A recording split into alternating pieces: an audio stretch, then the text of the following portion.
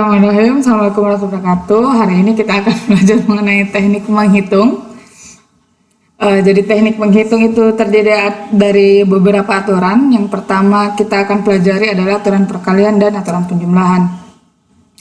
Aturan perkalian itu jadi aturan perkalian itu lebih fokus ke lebih fokus ke memilih. Jadi ketika kita dihadapkan pada pilihan, jadi harus kita memilih misalnya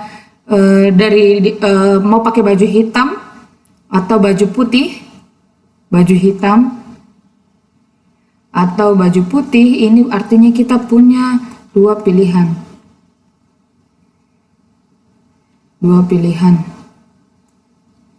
untuk baju. Ini untuk dalam hal ini baju itu masuk di prosedur pertama. Jadi prosedur pertama kita punya dua pilihan. Terus kalau misalnya saya punya celana lagi, coklat atau abu-abu, dengan tulisan coklat, abu-abu, itu berarti prosedur kedua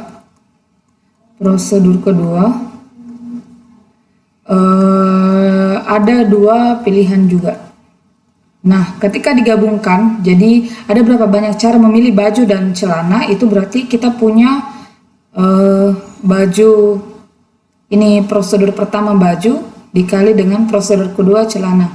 Baju dua pilihan, celana dua, berarti 2 kali 2, 4. Ini karena kita ada memilih. Ini pilihan pertama itu bisa putih dengan coklat, putih coklat. Pilihan kedua putih abu. Pilihan ketiga hitam coklat. Pilihan keempat hitam abu. Terus aturan penjumlahan. Jadi kalau aturan penjumlahan itu tidak ada pilihan. Jadi kita tidak memilih kalau aturan penjumlahan karena kita harus mengerjakan semuanya. Tapi kalau untuk kasus ini kan baju dengan celana tidak mungkin kita pakai semua baju putih sekaligus pakai baju hitam juga. Berarti double baju atau. Jadi aturan penjumlahan adalah aturan yang tidak mengharuskan kita memilih tapi harus dilakukan semua. Contohnya, contoh kasus untuk yang aturan perkalian. Jadi misalnya ada dalam sebuah perusahaan itu ada 2 orang pegawai, Sanchez dan Patel. Perusahaan tersebut menyewa satu lantai di sebuah gedung yang memiliki 12 kantor. Berapa banyak cara berbeda untuk menempatkan kedua pegawai tersebut di ruangannya? Jadi dalam itu kan ada 2 pegawai, Sanchez dengan Patel. Sanchez itu pegawai pertama yang disuruh memilih, itu berarti dia punya 12 pilihan karena ada 12 ruangan. Terus Patel itu berapa pilihan?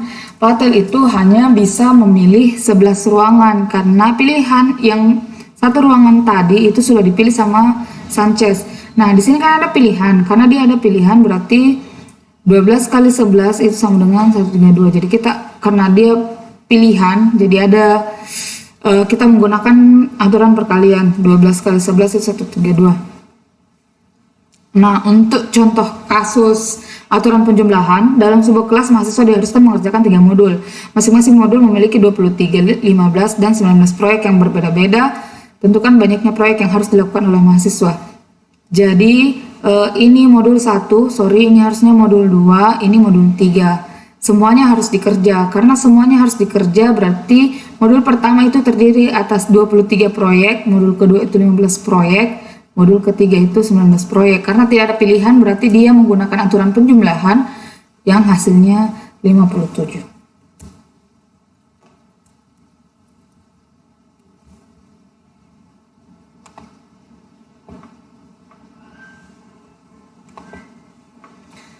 Terus selanjutnya gabungan. Jadi gabungan itu terjadi ketika kita menemukan masalah yang menggabungkan antara aturan penjumlahan dengan aturan perkalian. Jadi kita ada pilihan, tapi pilihannya itu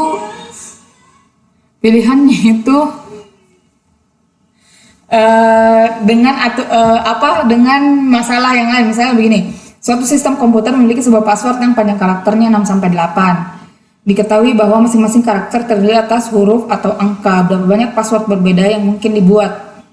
Berarti mau bikin password yang panjangnya 6, ini mau bikin password panjangnya 7, sama mau bikin password panjang 8. Password panjang 6 itu artinya ada 6 digit dalam satu password, 1, 2, 3, 4, 5, 6. Terus kalau ini password 7 itu ada 7 digit, berarti 1, 2, 3, 4, 5, 6, 7. Terus password 8 berarti ada 8 digit. Nah, karena masing-masing karakter boleh terdiri atas huruf atau angka, berarti akan ada 36 pilihan. Karena bisa diganti dengan huruf atau angka, berarti di sini 26 tambah 10. Di sini 26 tambah 10, di sini juga 26 tambah 10, di sini sampai akhir, sampai memenuhi 6 digit sehingga diperoleh kita punya 36 pangkat 6 pilihan password yang berbeda. Terus itu baru yang untuk panjangnya 6. Kalau yang panjangnya 7 itu berarti kita berarti tersedia 36 pangkat 7 password yang berbeda. Sedangkan untuk yang panjang 8 itu berarti tersedia 36 pangkat 8 password yang berbeda.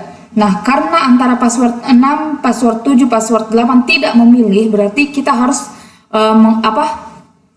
harus dikerja semua. Otomatis berarti password 6, password 7, password 8 harus disediakan semua toh. Berarti karena tidak memilih antara password 6, password 7, password 8, makanya dia pakai aturan penjumlahan di sini. Karena harus bikin semua password 6, password panjang 7 sama password panjang 8. 36 pangkat 6 tambah 36 pangkat 7 tambah 36 pangkat 8. Tunggu dulu, ada itu biasa mahasiswa begini nak kerja. Itu 36 pangkat 6 tambah 7 tambah 8. Tidak nah, jadi yang ini tidak sama dengan yang ini. Yang ini itu boleh disederhanakan menjadi 36 pangkat 6. Ini jadi 1 tambah 36 tambah 36 kuadrat. Ini yang boleh, tapi ini tidak boleh seperti ini. Ini sama dengan 36 pangkat berapa nih? 13 tambah 8, 21. Ini tidak boleh, tidak sama. Jadi 36 hasil yang ini tidak sama dengan yang ini. Jadi daripada terlalu lincah, mending sampai sini mau saja. Sampai 36 pangkat 6 tambah 36 pangkat 7 tambah 36 pangkat 8. Sampai sini mau saja sudah cukup. Sudah bisa benar. Terus selanjutnya aturan inklusi eksklusi. Kapan kita pakai aturan inklusi eksklusi? Itu ketika kita menghadapi masalah yang ada kemungkinannya sama. Dan biasanya itu di soalnya itu ada kata atau. Kalau pakai kata atau itu berarti inklusi eksklusi nih dia hubungannya. Contohnya misalnya berapa banyak bit string dengan panjang 8 yang dimulai dengan bit 1 atau diakhiri dengan 2 bit 0. Jadi saya punya begini, ini A1 ku itu adalah bit string yang diawali dengan 1. Apa itu bit string? Bit string itu yang bisa isi digit, masing-masing digit itu hanya bisa diisi dengan angka 0 atau 1 bit. Atau bit itu 0J sama 1. Berarti karena kita kasus pertama itu dimulai dengan bit 1, berarti yang isi digit pertama itu adalah angka 1. Nah, terus digit kedua dan seterusnya itu boleh diisi dengan 0 dan 1. Ini juga bisa diisi dengan 0 dan 1. Berarti ada 2 pilihan. Di sini juga ada 2 pilihan, 2 pilihan, 2 pilihan, 2 pilihan, 2 pilihan, 2 pilihan. Karena memilih berarti dia perkalian. Berarti ini sama dengan 2 pangkat 7 yang ini. Ini dia satu pilihan mami isinya karena dia dimulai bit 1. Ini dia dimulai dengan bit 1. Sedangkan yang ini itu diakhiri dengan 2 bit 0 toh. Berarti bit 0 1 pilihan, ini satu pilihan. Dia di sini 2 pilihan, 2 pilihan, 2 pilihan, 2 pilihan, 2 pilihan, 2 pilihan. Nah, ini A2. Kapan adakah kemungkinan terjadi A1 dengan A2?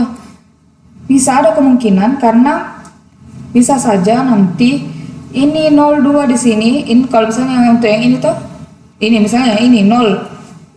untuk kasus A2, 02-nya terakhir toh. Tapi kan di sini ada dua pilihan tadi. Di sini ada dua pilihan.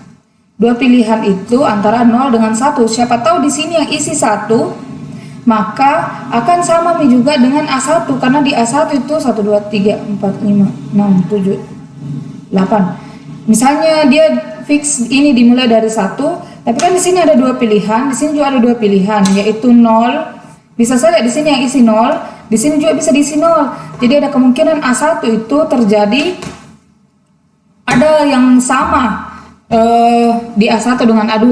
Nah, padahal soalnya kan minta berapa banyak bit string dan banyak itu, dan semuanya itu harus berbeda. Tidak boleh sama. Jadi, kalau begitu, itu makanya dia harus dikurang dengan ini, dengan irisannya 1. Kenapa? Karena ada dua di sini toh, ada dua yang begitu, makanya dikurangi saja 1, dikurangi A1 iris A2. A1 iris A2 itu ketika A1 iris A2 itu ketika di sini hanya bisa diisi dengan digit 1, di sini hanya bisa diisi digit 0, yang belakang itu bisa diisi oleh digit 0. Jadi sisanya itu dua pilihan, berarti ada 2 pangkat 5 cara berbeda untuk A1 iris A2. Tinggal kasih masuk rumusnya di rumus inklusi eksklusi, diperoleh ini. Dengar, ini tidak sama dengan 2 pangkat 7 tambah 6 kurang 5, ini tidak boleh sama dengan 2 pangkat berapa nih? 13 kurang 5, 8. Itu tidak sama. Jadi tidak usah sampai sini, tidak usah dikerja, tidak usah sampai di sini saja sudah benar nih. Oke. Jadi kasus aturan inklusi eksklusi itu hanya dipakai ketika jadi sebenarnya ini dia aturan kasus khusus untuk aturan penjumlahan. Aturan penjumlahan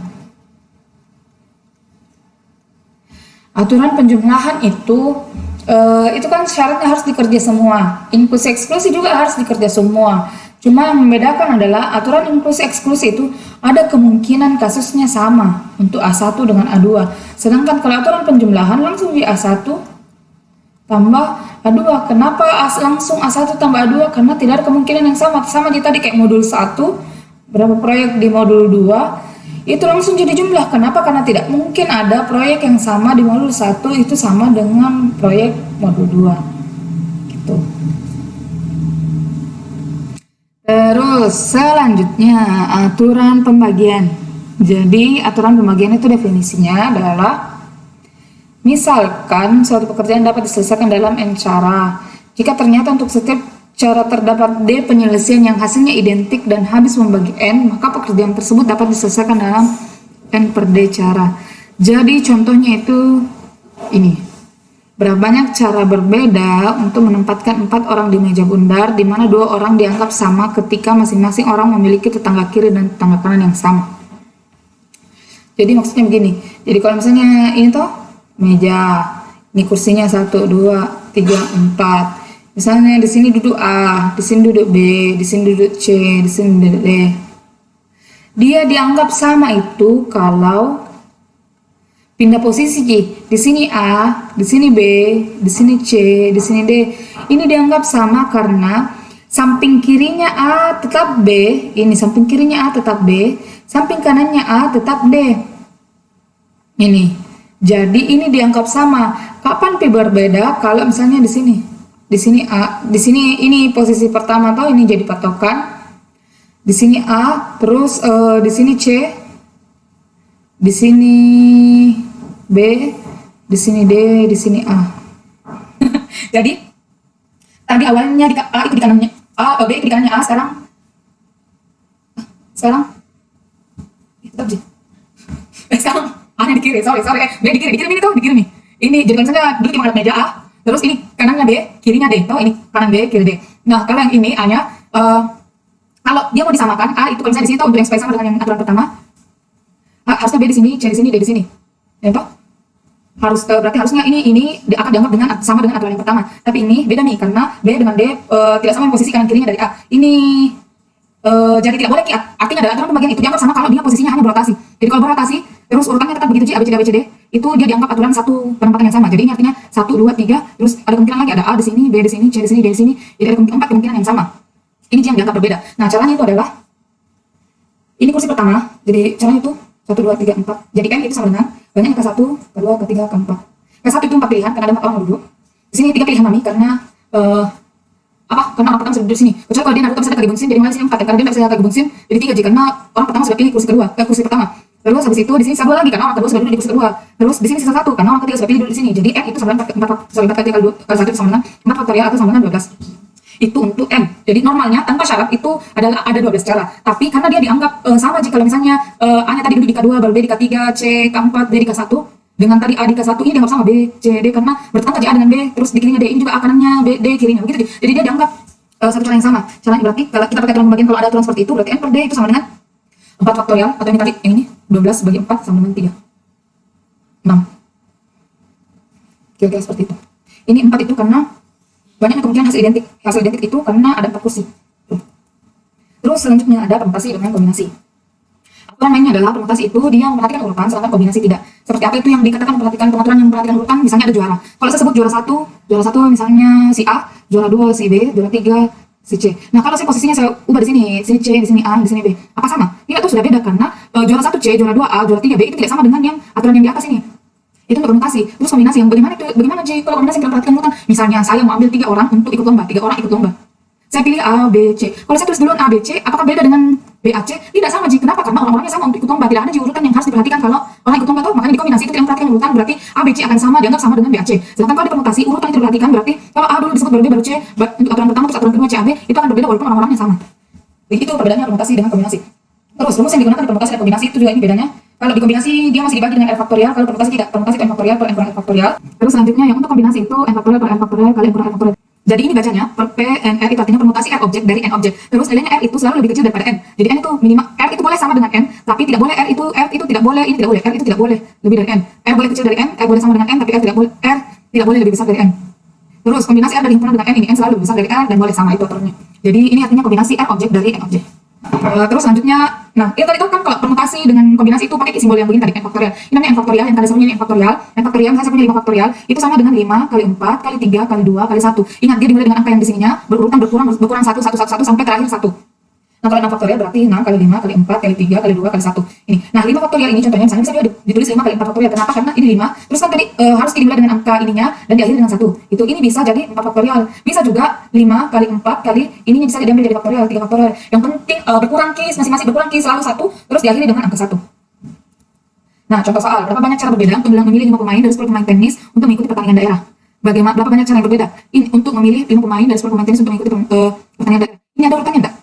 Sama siapa? Ini tidak ada urutan, karena tidak ada urutan berarti dia pakai kombinasi.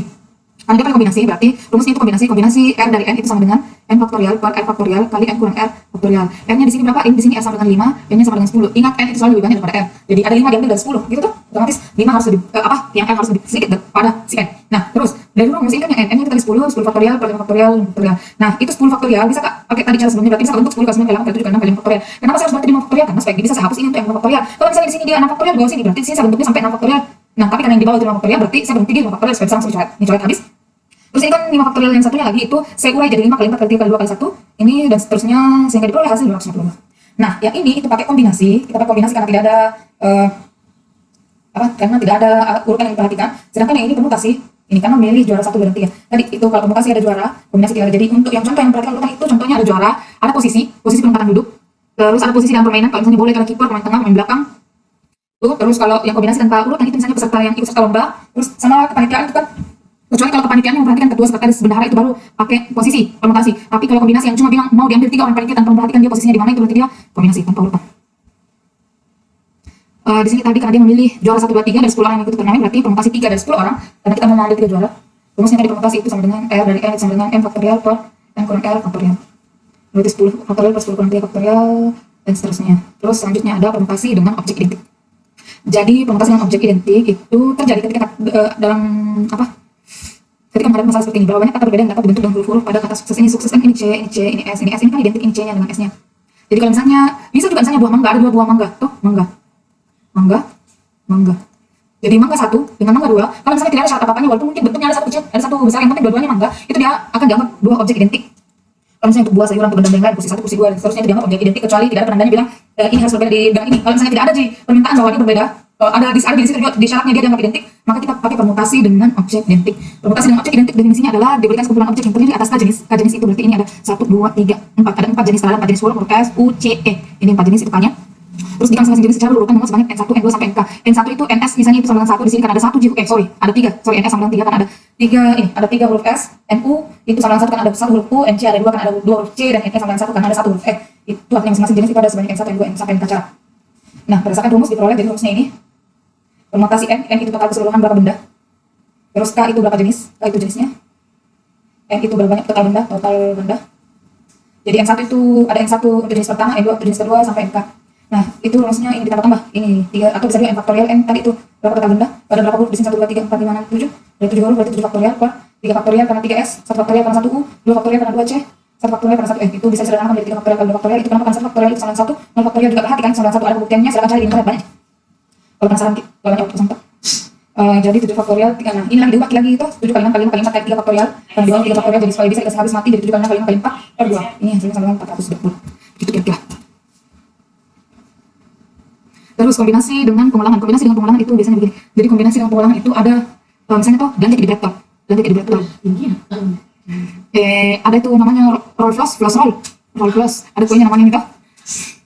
Terus ada juga kuenya namanya croissant lah. Enggak tahu croissant coklat lah, croissant. Orang Prancis bilang croissant. Ini baca croissant. Nah, di laptop itu dia berapa roll floss mau diambil bisa alias infinity, tidak terbatas Itu untuk kombinasi dengan pengulangan. Jadi ada barang mau diambil, tidak ada batas pengambilannya berapa.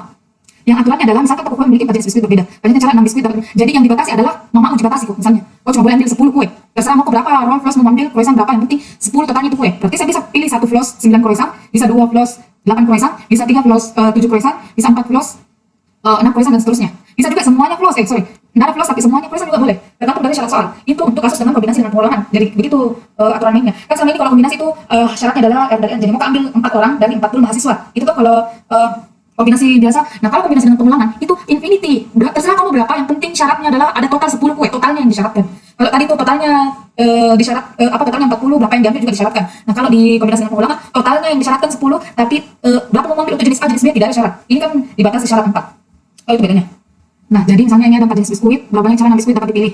Asumsikan masing-masing biskuit urutan masing-masing biskuit urutan pengambilan tidak diperhatikan. Nah, rumusnya itu N tambah R kurang 1 faktorial per R faktorial N kurang 1 faktorial, ini rumusnya. Nah, R-nya yang mana? Itu. Ini N-nya itu berapa jenis? N itu jenisnya. Ingat, N itu jenisnya. R itu oh, berarti ini saya terbalik kayaknya nih. Jenisnya itu N harusnya. R-nya itu 6. Mau ambil R objek dan N ini kayaknya yang terbalik. Untuk mengambil N objek. Oh, ini R jenis. R jenis N-nya 4, N-nya 6. Oke. Jadi N itu, jadi N di sini salah. N itu harusnya berapa banyak objek? Berapa banyak yang mau diambil? R itu jenisnya. Jadi di sini salah, Di sini salah N objek, R jenisnya. Di sini ada 4 jenis, N-nya 4, N-nya 6, sehingga diperoleh. Itu pakai rumus ini, 6 tambah 4. Ini harus.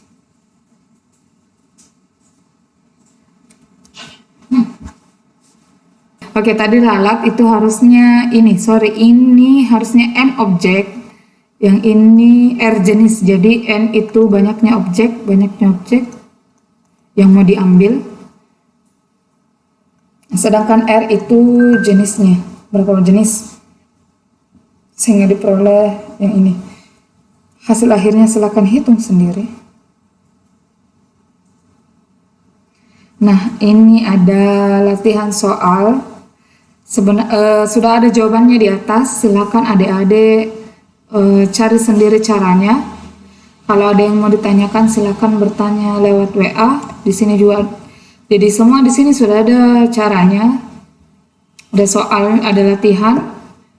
Terus ada juga kalau ini bahkan ada caranya. Terus ini ada soal akhirnya. Untuk yang latihan ini, yang misalkan terdapat 9 orang dosen di jurusan matematika dan 11 orang di jurusan sains komputer. Berapa banyak cara yang ada untuk memilih panitia pengembang mata kuliah matematika diskrit yang terdiri atas 3 orang dari jurusan matematika dan 4 orang dari jurusan komputer science. Karena dia diminta 3 orang dari jurusan matematika. 3 dari matematika berarti kombinasi 3 dari 9 toh. Oke, karena tidak ada apa namanya? Tidak ada urutan. Nah, sedangkan kalau yang ini 4 orang dari sains komputer berarti kombinasi 4 dari 11. Terus nanti hasilnya itu dikalikan karena ini kan ada pilihan. Sebenarnya ini kalau tanpa syarat ini kombinasi biasa tanpa syarat akan dipilih berarti ada total 7 orang panitia. Karena dia tanpa syarat berarti harusnya itu kombinasi 7 dari 20 orang dosen. Ini karena 9 dengan 11 juga digabung. Totalnya di 20. Ini yang tanpa syarat. Nah, ketika dia sudah pakai syarat pemilihan antara 3 matematika dan 4 sains komputer, dia harus dikalikan di sini. Kombinasi 3 dari 9 kali kombinasi 4 dari 11. Terus selanjutnya, terdapat 7 dosen wanita dan 9 dosen pria di jurusan PTIK. Berapa banyak cara untuk memilih? Mati menjadi jurusan PTIK, dimarahin mah ini. Dikatakan terdapat 7 dosen wanita dan 9 dosen pria di PTIK. Berapa banyak cara untuk memilih 5 orang panitia jika paling sedikit 1 orang wanita harus menjadi panitia? Karena dia paling sedikit 1, berarti ada kemungkinan itu paling sedikit 1 berarti boleh lebih dari 1 toh. Jadi wanita itu boleh lebih dari 1, yang artinya harus ada 2 wanita, paling sedikit 1 berarti 1 ada wanita, 2 boleh juga, 3 boleh juga, 4 juga boleh, 5 juga boleh. Pertanyaannya 6 boleh? Tidak bisa karena 5 panitia mau dibikin, jadi tidak boleh 6 orang wanita dipilih. Jadi boleh pilih 1, boleh pilih 2 orang, boleh di susun panitia itu ada 1 wanita, boleh ada 2 wanita, boleh ada 3 wanita, 4 wanita, 5 wanita. Itu artinya. Nah, berarti saya akan punya begini. Untuk wanita 1, prianya berarti 4 toh karena 5 orang panitia mau dibikin. Kalau wanita 2 berarti saya punya 3 pilihan laki-laki. Kalau wanitanya 3 berarti saya punya pilihan 4 laki-laki. Kalau saya punya wanita 4 berarti saya punya pria 5. Sorry, di sini harusnya 32 karena 5 panitia toh. Berarti sini 1 pria.